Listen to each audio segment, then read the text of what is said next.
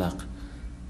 رواية مفصلة الإمام يقول الله عز وجل ما خلق الراحة فلا تطلبوه ولا تطلبوها. فإنسان إذا يطلب الأمور الموجودة أمامه للراحة مشتبه، فلازم يتزوج للمشاكل، لازم يطلب الأولاد للمشاكل، لازم يحصل العلوم للمشاكل. لكن إن شاء الله يكونوا معي إلى آخر البحث حتى نشوف يا مشاكل.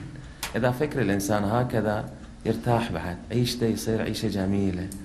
لأن الإنسان إذا تعب على شيء وما حصله ينقهر، ولكن إذا من أول فكرة كان غير شيء، النتيجة مو هذا اللي يريده الناس يتصوروا، ففرحان.